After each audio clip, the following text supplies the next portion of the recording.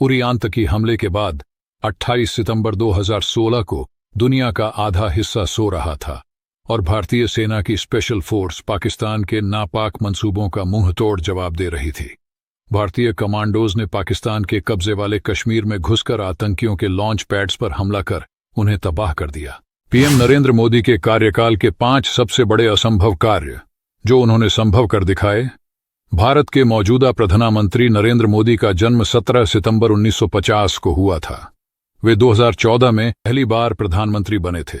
उसके बाद 2019 में दूसरी बार प्रधानमंत्री बने। उनके कार्यकाल के 10 वर्ष पूर्ण हो चुके हैं। इन 10 वर्षों में उनके शासन में कई महत्वपूर्ण कार्य हुए, परंतु कुछ कार्य ऐसे थे जिन्हें कुछ लोग असंभव मानते थे। हालांकि ये कार्य कठिन जरूर थे, परंतु असंभव नहीं। आओ जानते हैं वे कौन से 5 बड़े कार्य हैं। 1. स्वच्छ भारत अभियान। सचमुच ये अभियान बहुत बड़ा होने के साथ ही बहुत कठिन भी था।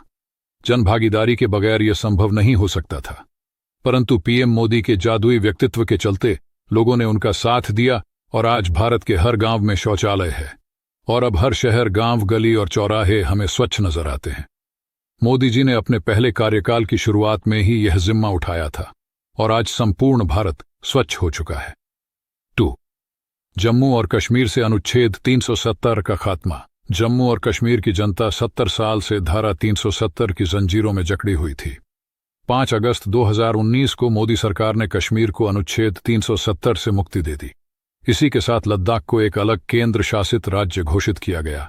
इससे कश्मीरी पंडितों को ही नहीं बल्कि राज्य के हर नागरिकों को अब केंद्र सरकार की लाभकारी योजनाओं का भी फायदा मिलने लगा, जिनसे कई सालों तक कश्मीर के लोगों को वंचित रखा गया। 3. अयोध्या विवाद का अंत। अयोध्या विवाद के कारण देश में तनाव का माहौल था। यह देश का सबसे बड़ा धार्मिक विवाद होने के साथ ही कानूनी विवाद भी था। अयोध्या विवाद का हल भी मोदी सरकार 2.0 के पहले 6 महीने में ही हो गया। वर्षों से कोर्ट की कार्रवाई में उलझे भगवान राम को सुप्रीम कोर्ट से न्याय मिला और 9 नवंबर 2019 को सुप्रीम कोर्ट के ऐतिहासिक फैसले ने अयोध्या में राम जन्मभूमि को ही राम का जन्म का स्थान माना। कोर्ट के आदेश के बाद भारत सरकार ने राम मंदिर तीर्थ क्षेत्र ट्रस्ट का गठन करके भव्य राम मंदिर के निर्माण का कार्य भी प्रारंभ करवा दिया। 22 जनवरी को रामलल्ला को मंदिर में स्थापित कर दिया। खास बात यह रही कि इस फैसला का मुस्लिम पक्षकारों ने भी इस फैसले का स्वागत किया।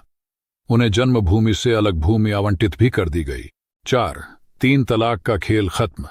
मुस्लिम महिलाएं 3 तलाक की कुप्रथा को बंद करने के लिए कई वर्षों से कानूनी लड़ाई लड़ रही थीं। इस पर फैसला होना बहुत मुश्किल था, क्योंकि इसके लिए सरकार, इच्छा शक्ति और न्याय व्यवस्था में कई तरह की रुकावटें थीं। मोदी सरकार की इच्छा शक्ति के चलते ही सुप्रीम कोर्ट ने साक्ष्यों के आधार पर इस मामले में सुनवाई तेजी कर दी और इस कुप्रथा पर प्रतिबंध लगा दिया। अब 3 तलाक कानून के तहत कोई भी मुस्लिम व्यक्ति मौखिक, लिखित या किसी अन्य माध्यम से अपनी पत्नी को एक बार में 3 बार तलाक देता है तो वह अपराध माना जाएगा। ऐसी मुस्लिम महिलाएं जो 3 तलाक के डर के साए में जीने को मजबूर थीं, अब आत्मसम्मान के साथ अपनी जिंदगी जी रही हैं। 5. सर्जिकल और एयर स्ट्राइक से दिखा दिया सेना ने अपना पराक्रम। पहले ऐसा होता था कि पाकिस्तान आतंकवादियों की घुसपैठ करा करके कश्मीर, पंजाब आदि जगहों पर हमले करवा देता था। तब भारत इसका महज मौखिक ही विरोध दर्ज कराता था, परंतु पीएम मोदी ने आकर यह परिपाटी बदली और आतंक को उसी के घर में घुसकर जवाब देने की सेना को खुली छूट दे दी। सर्जिकल और एयर स्ट्राइक के जरिए भारतीय सेना ने यह बता दिया कि भारतीय सेना वक्त आने पर कुछ भी करने में सक्षम है।